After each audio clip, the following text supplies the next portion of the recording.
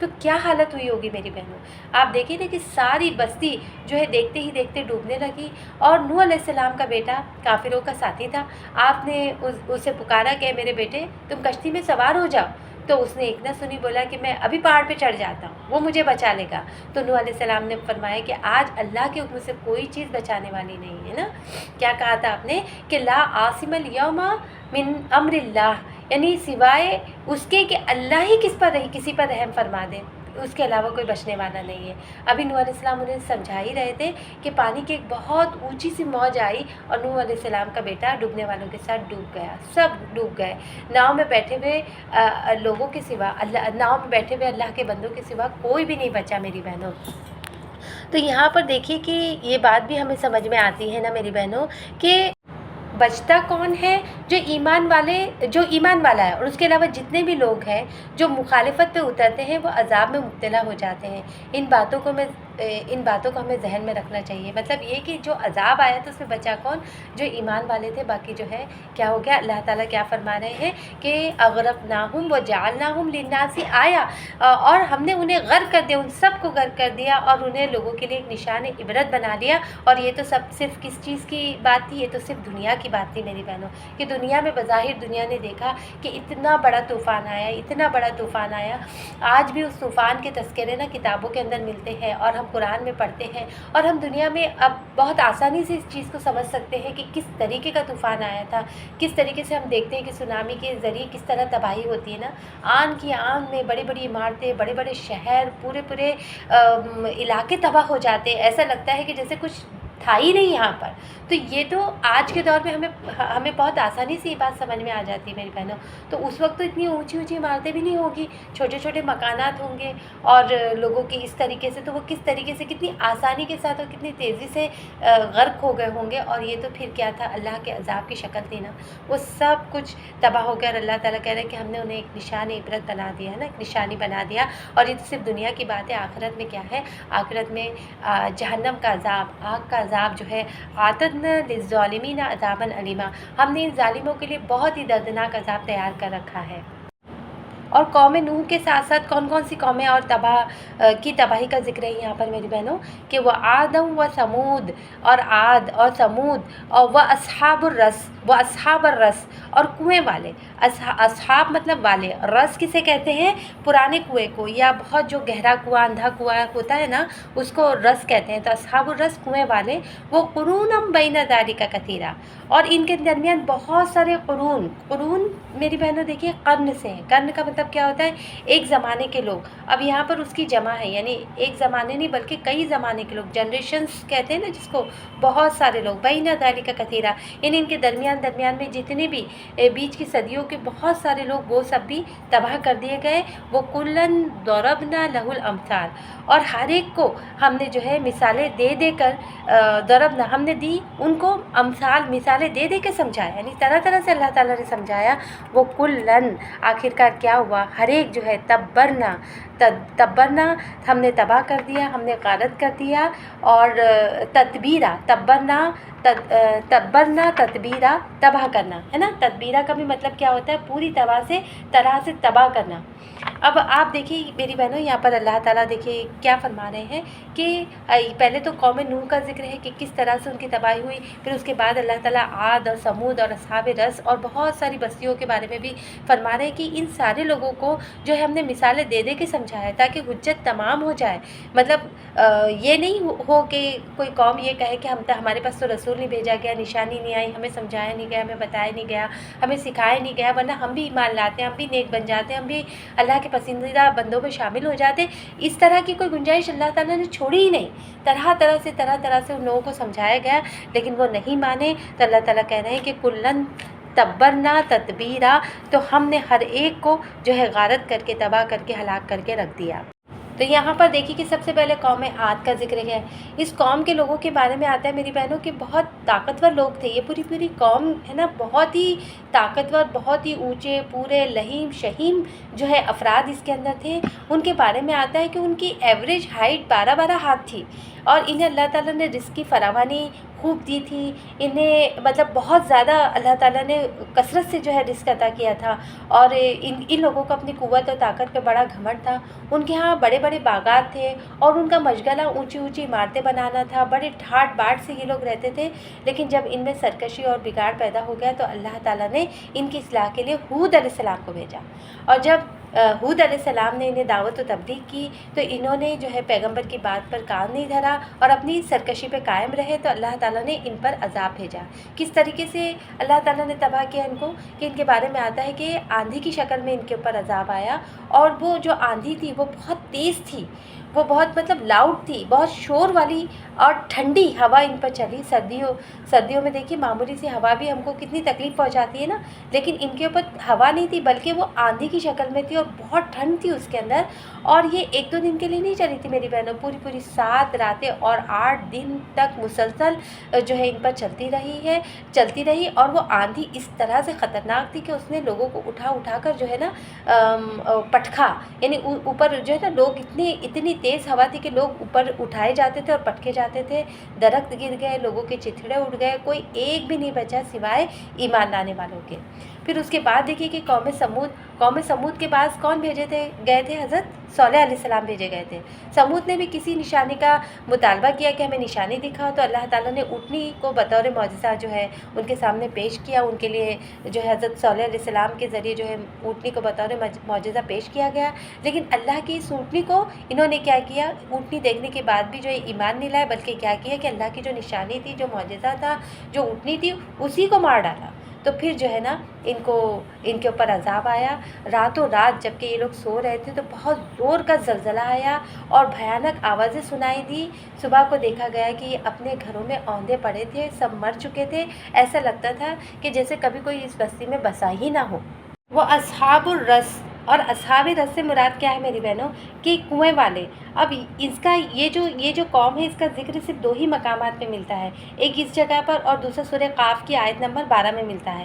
لیکن ان دونوں مقامات پہ اس قوم کا ذکر اتنا مختصر ہے کہ جس سے ان کے حالات پہ کوئی خاص روشنی نہیں پڑ پاتی، اور یہ بھی نہیں معلوم ہو پاتا کہ ان کی طرف کون سا نبی بھیجا گیا تھا۔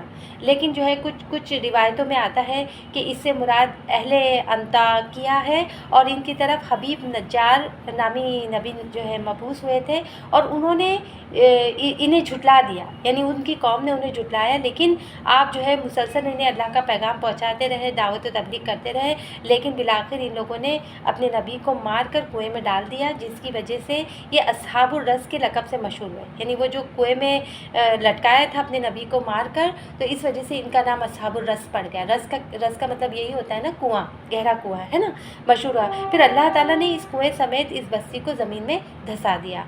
باقی واللہ عالم بالصواب، لیکن یہ روایت جو ہے ان کے بارے میں ملتی ہے۔ تو یہ قوموں کا تذکرہ کرنے کے بعد جو ہے اللہ تعالیٰ فرما رہے ہیں، وَلَقَدْ أَتَوْا عَلَى الْقَرْيَةِ الَّتِي أُمْطِرَتْ مَطَرَ السَّوْءِ، اور تحقیق کے اتو، یہ آتے ہوں گے، یعنی ان کا گزر ہوتا ہوگا، علی القریہ، بستی پر۔ کون سی بستی پر؟ التی امطرت، جس پر برسائی گئی، مطر السوء، مطرت مطلب جس پر بدترین بارش برسائی گئی، امطرت مطلب برسائی گئی، مطر السوء بدترین بارش برسائی گئی۔ افلم یکونوا یرونہا، کیا انہوں نے اس کا حال نہ دیکھا؟ افلم یکونوا، کیا نہیں یرونہا، اس کو نہیں دیکھا؟ بل کانوا لا یرجون نشورا، بلکہ وہ لا یرجون نہیں امید رکھتے، نشورا دوبارہ جی اٹھنے کی۔ نشورا کسے کہتے ہیں میری بہنوں؟ مرنے کے بعد دوبارہ جی اٹھنا، یعنی صرف جی اٹھنا نہیں آتا، نشورا میں یہ ساری چیزیں آتی ہیں کہ جی اٹھنا، پھر پھیلنا، انسانوں کے ریلے پیلے پھیلتے چلے جانا، یعنی پورا اٹھنے کے بعد پورا پھیل کر پوری طریقے سے اکٹھا ہو جانا، جمع ہو جانا، پھیل جانا، یہ ساری چیزیں اس کے اندر آتی ہیں۔ تو اس بستی پر تو ان کا گزر ہو چکا ہے جس پر بدترین بارش برسائی گئی۔ یہ کون سی بستی کا تذکرہ ہو رہا ہے میری بہنوں یہاں پر؟ یہ قوم لوط ہے نا، لوط علیہ السلام کی قوم کی بستیوں کا ذکر یہاں پر ہے۔ اور التی امطرت مطر السوء، یعنی ان پر کون سی بدترین بارش برسائی گئی تھی؟ ان پر پتھروں کی بارش برسائی گئی تھی۔ تو اللہ تعالیٰ کہہ رہے ہیں کہ افلم یرونہا افلم یکونوا یرونہا، کیا انہوں نے اس کا حال نہ دیکھا ہوگا؟ لیکن اصل بات کیا ہے کہ یہ موت کے بعد یعنی مرنے کے بعد دوبارہ زندگی کی امید ہی نہیں رکھتے، انہیں یہ یقین ہی نہیں ہے کہ مرنے کے بعد ہم دوبارہ اٹھائے جائیں گے، زندہ کیے جائیں گے اور حساب کتاب کے لیے اللہ رب العزت کے سامنے پیش کیے جائیں گے۔ تو میری بہنوں، یہ جو قوم لوط کا یہاں پر ذکر ہے، اب دیکھیے کہ لوط علیہ السلام کون تھے؟ حضرت ابراہیم علیہ السلام کے بھتیجے تھے، اور وہ اپنے چچا کے ساتھ عراق سے نکلے، پھر جو ہے ان کے ساتھ مل کر کچھ مدت تک شام میں، فلسطین میں، مصر میں گشت لگا لگا کر دعوت و تبلیغ کرتے رہے۔ پھر جو ہے اللہ تعالیٰ نے آپ کو نبی بنایا، نبوت پہ سرفراز فرمایا، اور ایک بہت ہی زیادہ بگڑی ہوئی قوم کی اصلاح کے لیے آپ کو مامور کیا ہے نا۔ وہ آپ کی یہ قوم کون سے علاقے میں رہتی تھی؟ دیکھیے کہ آج جس کو ہم جارڈن کا علاقہ کہتے ہیں نا، یہ لوگ اس میں رہتے تھے، اور یہ علاقہ اس وقت کا بہت ہی سرسبز و شاداب، بہت ہی ہرا بھرا، بہت ہی پرفضا مقام تھا، بہت اچھا علاقہ تھا، لیکن ان کی قوم میں اتنا زبردست میری بہنوں بگاڑ پیدا ہوا تھا کہ یہ لوگ ہم جنسی کے مرض میں مبتلا ہو گئے تھے۔ ہم جنسی یعنی مرد سے اپنی شہوت پوری کیا کرتے تھے، تو اللہ تعالیٰ کی طرف سے ان پر میری بہنوں بدترین عذاب آیا۔ آپ دیکھیے کہ ہوا کیا کہ ایک دن جو ہے فرشتے لوط علیہ السلام کے گھر جو ہے خوبصورت نوجوانوں کی شکل میں آئے، یعنی یہ ایک طرح سے ان کی قوم کی آزمائش تھی کہ یہ لوگ اب کیا کرتے ہیں۔ اب وہ خوبصورت نوجوانوں کی شکل میں حضرت لوط علیہ السلام تو جانتے نہیں تھے کہ یہ فرشتے ہیں، کیونکہ وہ بالکل اجنبی تھے اور انہوں نے بتایا بھی نہیں تھا کہ ہم فرشتے ہیں۔ اب چونکہ اب وہ اجنبی تھے، جانتے نہیں تھے، بے حد خوبصورت نوجوانوں کی شکل میں تھے، تو ان کی آمد سے حضرت لوط علیہ السلام بہت زیادہ پریشان ہو گئے، اور کیونکہ اپنی قوم کا حال جانتے تھے، ان کی فحاشیت سے حضرت لوط علیہ السلام واقف تھے۔ اب جو ہے ہوا بھی یہی میری بہنوں کہ آپ دیکھیے جو ڈر حضرت لوط علیہ السلام جس وجہ سے ڈر رہے تھے، ہوا بھی وہی کہ ادھر شہر کے لوگوں کو جب پتہ چلا کہ اتنے خوبصورت نوجوان لوط علیہ السلام کے گھر آئے ہیں، تو وہ خوشیاں مناتے ہوئے دوڑتے ہوئے جو ہے لوط علیہ السلام کے گھر آئے، ان کے گھر کا گھیراؤ کر لیا، اور جو ہے انہیں لوط علیہ السلام نے یعنی بہت سمجھایا کہ میرے مہمانوں کے سامنے مجھے ذلیل مت کرو، اللہ سے ڈرو اور مجھے رسوا مت کرو، مگر انہوں نے کچھ نہیں سنا، انہیں نہیں ماننا تھا، وہ نہ مانے۔ تو لوط علیہ السلام جو ہے بڑی ہی مشکل وقت میں بول پڑے کہ کاش کہ میں تمہارا مقابلہ کر سکتا یا کسی مضبوط سہارے کی ہی پناہ لے سکتا۔ تو آپ کی حالت دیکھ کر فرشتوں نے پھر جو ہے آپ کی یہ اتنی زیادہ حالت خراب ہو گئی کہ میں کروں تو کروں کیا، اپنے مہمانوں کی حفاظت کیسے کروں؟ تو فرشتوں نے پھر جو ہے آپ کے سامنے اپنا تعارف کرایا اور آپ کو تسلی دی کہ آپ کو گھبرانے کی ضرورت نہیں ہے، ہم فرشتے ہیں، ہم آپ کے ساتھ ہیں، اور یہ بھی بتا دیا گیا آپ کو کہ اس مجرم قوم کے گناہوں کا پیمانہ اتنا بھر چکا ہے، تو ہم ان کو جو ہے مکمل تباہ کرنے کے لیے بھیجے گئے ہیں۔ آپ یہ سن کر یعنی آپ یہ کریں کہ رات جب گہری ہو جائے نا، تو اپنے گھر والوں اور ایمان والوں کو لے کر یہاں سے نکل جائیں، اور سوائے آپ کی بیوی کے، یعنی بیوی کو لے جانے کی اجازت نہیں تھی، کیونکہ بیوی جو ہے نا جو ہے ان کو خبر دے دیا کرتی تھی، مطلب ان کی ساتھی تھی، مطلب ایسا نہیں تھا نعوذ باللہ کہ وہ کسی فحاشی میں مبتلا تھی، بلکہ کہنے کا مطلب یہ تھا کہ وہ جو ہے ان کی طرف زیادہ وہ رجحان رکھتی تھی نا، ان کو خبریں کون پہنچاتا تھا، گھر کی عورت ہی پہنچائے گی نہیں، کون آیا ہے گھر کے اندر مہمان، تو سوائے تمہاری بیوی کے صبح ہوتے ہی ان پر عذاب آنے والا ہے، اور یاد رکھنا کہ جب تم نکلو تو تم میں سے کوئی بھی پیچھے مڑ کر نہ دیکھے۔ تو میری بہنوں دیکھیے کہ مطلب کتنی زیادہ، آپ دیکھیے کہ کتنا زیادہ اوپنلی ان میں یہ ساری چیزیں رائج ہو گئی تھی، کہ اتنی زیادہ رائج ہو گئی تھی کہ حضرت لوط علیہ السلام یعنی انسان ان کے گھر میں جو ہے مہمان آئے، بطور مہمان فرشتے آئے، تو بھی وہ گھبرا رہے ہیں کہ لوگوں کو معلوم پڑے گا تو یہ دوڑ کر میرے گھر آ جائیں گے، میرے مہمانوں پہ ٹوٹ پڑیں گے۔ مطلب فحاشی کی کتنا ایکسٹریم لیول جو ہے اس وقت ہو گیا تھا، یعنی اتنا زیادہ بڑھ گیا تھا کہ ان کو تباہ و برباد کرنے کے سوا کوئی دوسری راہ نہیں تھی، اور حضرت لوط علیہ السلام کی دعوت و تبلیغ کا ان پر کچھ بھی اثر نہیں ہو رہا تھا، تو اللہ تعالیٰ نے جو ہے انہیں ہلاک کر دیا۔ اور ان کے بارے میں آتا ہے نا میری بہنوں کہ اس پورے خطے کو حضرت جبرائیل علیہ السلام نے اپنے پروں پر اٹھایا، فضا میں بلند کیا اور اوپر لے جا کر الٹا پٹکا، یعنی زمین پہ دیر مارا، اور اس کے ساتھ ہی ایک زبردست قسم کی دھماکے کی آواز ہوئی، یعنی آواز بھی آئی، اس پر بھی اللہ کا غضب دور نہ ہوا، تو اوپر سے پتھروں کی بارش جو ہے ان پر کی گئی، چنانچہ یہ خطہ جو ہے زمین سے مطلب سطح سمندر سے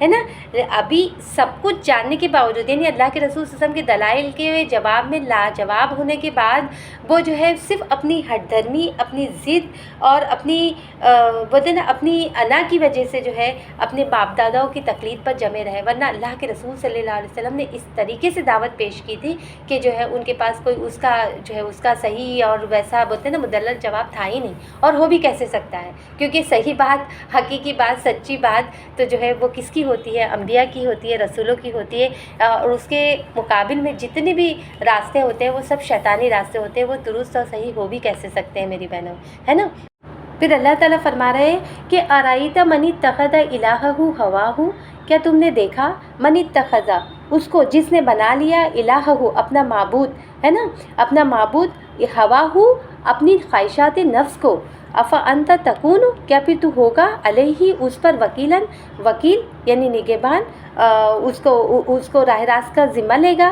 یعنی دیکھیے کہ کیا اللہ تعالیٰ فرما رہے ہیں کہ تم نے اس شخص کے حال پہ غور بھی کیا ہے جس نے اپنی خواہشات نفس کو اپنا خدا بنا لیا؟ کیا تم ایسے شخص کو راہ راست پر لانے کا ذمہ لے سکتے ہو؟ ام تحسبوا ان اکثرہم یسمعون، کیا تم سمجھتے ہو کہ اکثرہم ان میں سے اکثر یسمعون سنتے ہیں اور یعقلون یا سمجھتے ہیں؟ یعنی کیا تم سمجھتے ہو کہ ان میں سے اکثر سنتے اور سمجھتے ہیں؟ انہم الا کالانعام، نہیں وہ تو نہیں ہے مگر کالانعام، یہ تو جانوروں کی طرح ہے نا، یہ نہیں ہے مگر جانوروں کی طرح.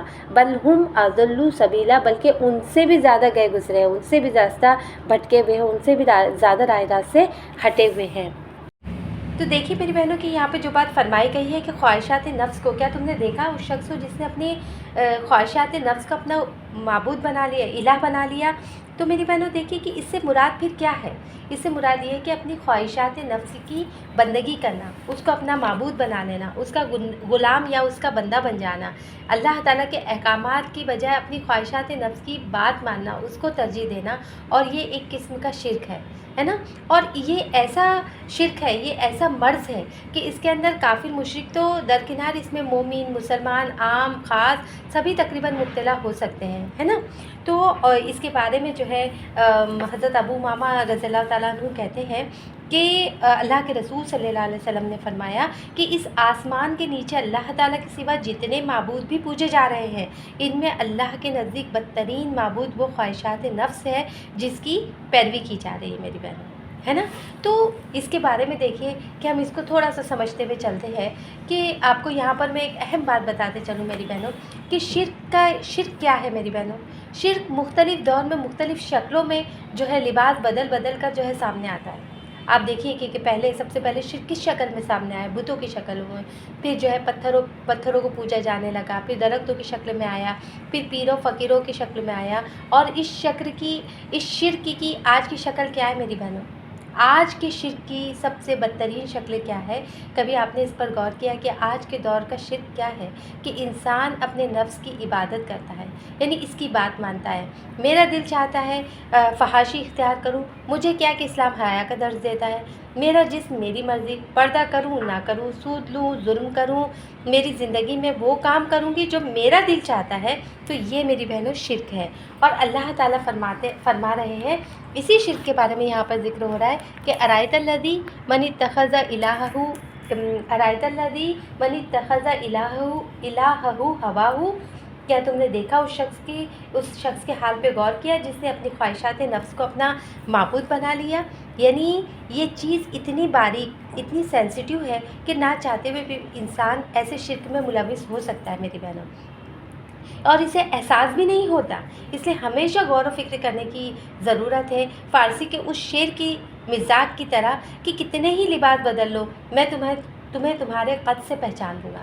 مطلب انسان کو اتنا حساس ہونے کی ضرورت ہے، اتنا اپنے آپ پر غور و خوض کرنے کی ضرورت ہے کہ کہیں میں اپنی خواہشات نفس کی غلامی تو نہیں کر رہی ہوں. کیونکہ یہ ایسا مرض ہے میری بہنوں کہ اس کے اندر انسان بڑی آسانی سے مبتلا ہو جاتا ہے۔ بظاہر جو شرک ہوتے ہیں وہ تو بالکل دکھتے ہیں نا، کہ بتوں کو پوجنا یا پتھروں کو، درختوں کو، پہاڑوں کو، پر جو ہے جانوروں کو یا دریاؤں کو کی عبادت کرنا، یہ کھلے کھلے شرک ہے۔ لیکن خواہشات نفس ایک ایسی چیز ہوتی ہے جو دکھائی نہیں دیتی، اور انسان کبھی کبھی غیر محسوس طریقے سے اس کے اندر مبتلا ہو جاتا ہے نا۔ تو اس چیز سے بھی ہم کو بچنے کی ضرورت ہے، کیونکہ اس چیز کا تذکرہ یہاں پر کیا جا رہا ہے۔ اور میری بہنوں دیکھیے کہ کتنی ایک حدیث آپ کو سناتے ہوئے چلوں کہ اللہ کے رسول صلی اللہ علیہ وسلم نے فرمایا کہ اللہ تعالیٰ قیامت کے دن سب سے کم عذاب والے دوزخی سے فرمائے گا کہ اگر زمین بھر کی تمام چیزیں تیری ملک میں ہو تو کیا تو عذاب سے نجات پانے کے لیے دے دے گا؟ تو وہ کہے گا کہ ہاں۔ تو اللہ تعالیٰ فرمائے گا کہ میں نے تجھ سے تو اس سے بہت آسان بات کا سوال کیا تھا، اور تو اس وقت جو ہے صلب آدم میں تھا کہ میرے ساتھ شرک نہ کرنا، مگر تو شرک کیے بغیر نہ رہا میری بہنوں۔ تو میری بہنوں یہ شرک کی بات ہے، یعنی ایک شرک تو یہ ہے کہ انسان پوری طرح سے بتوں کو پوجے یا جو کچھ بھی جو عرف عام میں ہم شرک جسے کہتے ہیں، لیکن ایک وہ چیز ہے جس کے اوپر ہمارا دھیان بھی نہیں جاتا، کبھی کبھی احساس بھی نہیں ہوتا، کبھی کبھی ہم غور بھی نہیں کرتے اور غیر محسوس طریقے سے اس میں ملوث ہو جاتے ہیں۔ تو اس پر ہم کو بہت زیادہ اپنے آپ کی اصلاح کرنے کی اور غور کرنے کی ضرورت ہے میری بہنوں۔ اور پھر دیکھیے کہ اللہ تعالیٰ ایسے لوگوں کے بارے میں فرما رہے ہیں کہ ایسے لوگ تو جو ہے جانوروں سے بھی گئے گزرے ہیں۔ یعنی کیا فرما رہے ہیں اللہ تعالیٰ؟ ام تحسبوا ان اکثرهم یسمعون او یعقلون، کیا تم سمجھتے ہو کہ ان میں سے اکثر لوگ سنتے اور سمجھتے ہیں؟ انہم الا کالانعام بل ہم اضل سبیلا، کہ یہ تو جانوروں کی طرح ہے بلکہ ان سے بھی گئے گزرے ہیں۔ تو ایسے لوگوں کو جانوروں سے بدتر کیوں کہا گیا ہے میری بہنوں؟ اب جانوروں سے بدتر ہونے کی دو وجہ ہے۔ ایک یہ کہ ہر مویشی، آپ دیکھیے جانوروں میں کیا ہوتا ہے کہ ہر جانور اپنے پالنے والے کو خوب پہچانتا ہے، اس کا فرمانبردار ہوتا ہے، اپنے مالک کے سامنے گردن جھکا دیتا ہے۔ اگر انہیں کھلا چھوڑ بھی دیا جائے تو اپنے مالک کے گھر واپس آ جاتا ہے۔ آپ دیکھیے نا کتنے لوگ پرندے پالتے ہیں، گھوڑا پالتے ہیں، اور جتنے بھی پالتو جانور ہوتے ہیں ان کو اگر آزاد چھوڑ بھی دیتے ہیں برابر وہ گھر پہ لوٹ کر واپس آ جاتے ہیں۔ اسی طرح سے آپ دیکھیے کہ بھیڑ بکریوں کا ریوڑ اپنے ہانکنے والے کو دیکھتا ہے، اس کی آواز سنتا ہے، بھیڑ بکریاں بس اس کے اشارے پہ چلتی رہتی ہے۔ انہیں معلوم ہی نہیں ہو سکتا کہ ہانکنے والا انہیں چراگاہ کی طرف لے جا رہا ہے یا ذبح کرنے کے لیے لے کے جا رہا ہے نا، کیونکہ اللہ تعالیٰ نے انہیں اتنی ہی عقل دی ہے نا کہ وہ انہیں اتنی عقل نہیں دی کہ وہ قرائن سے، حالات سے آنے والے حال کا کچھ اندازہ کر سکے۔ لیکن میری بہنوں اللہ تعالیٰ نے انسان کو ایسی عقل اور تمیز عطا کی ہے کہ وہ چرواہے اور کسائی میں امتیاز کر سکے۔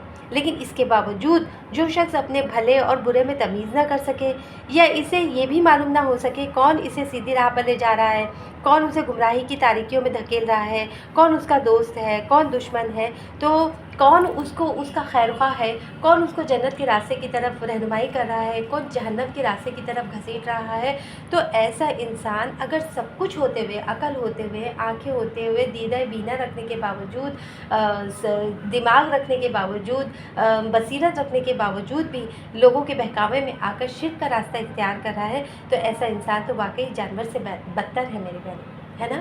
یعنی سب کچھ ہوتے ہوئے اللہ سبحانہ و تعالیٰ کی ساری نشانیاں جو دنیا میں بکھری ہوئی ہے، وہ سب کو دیکھنے کے باوجود، قرآن جیسی کتاب اس کے پاس موجود ہونے کے باوجود، اس کی تعلیمات موجود ہونے کے باوجود، انبیاء کی واقعات سننے کے باوجود، ساری چیزیں ہونے کے باوجود بھی انسان اگر اس راستے پہ چل رہا ہے تو ایسے انسان کو کیا کہا جائے گا؟ اس انسان کی یہاں پر اللہ تعالیٰ مثال دے رہے ہیں کہ انہم الا کالانعام، کہ وہ نہیں ہے مگر جانوروں کی طرح، بل ہم اضل سبیلا، بلکہ وہ تو جانوروں سے بھی گئے گزرے ہیں، جانوروں سے بھی بدتر ہے۔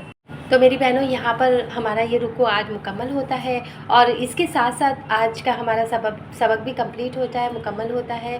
اللہ تعالیٰ ہم یہ جو قرآن کی آیات پڑھتے ہیں، اللہ تعالیٰ بس ہمارے دلوں میں اتار دیں ان آیات کو اور ہمیں عمل پیرا کر دیں۔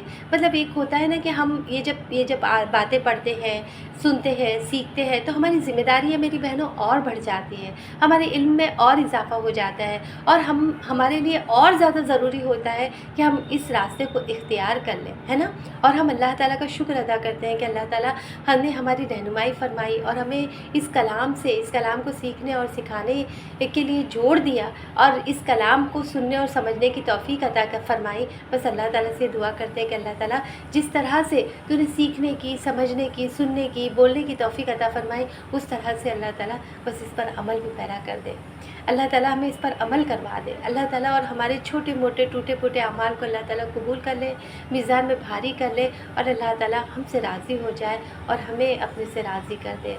تو میری بہنوں، یہاں پر ہمارا آج کا درس مکمل ہوتا ہے، تو آپ دعاؤں میں یاد رکھیے گا۔ انشاءاللہ تعالیٰ پھر اگلی تفسیر کے وقت ملاقات ہوگی، تب تک کے لیے اجازت دیجیے، اپنی دعاؤں میں خصوصی یاد رکھیے۔ ہم جو ہے دعا پڑھ لیتے ہیں، اللہم ارزقنی تفکرا و تدبرا بما یتلوہ لسانی من کتابک والفہم لہ والمعرفۃ بمعانیہ والنظر فی عجائبہ والعمل بذلک ما بقیت انک علی کل شیء قدیر۔ سبحان اللہ و بحمدہ، سبحانک اللہم و بحمدک، نشہد ان لا الہ الا انت، نستغفرک و نتوب الیک، سبحان ربک رب العزت عما یصفون، وسلام علی المرسلین، والحمد للہ رب العالمین، برحمتک یا ارحم الراحمین۔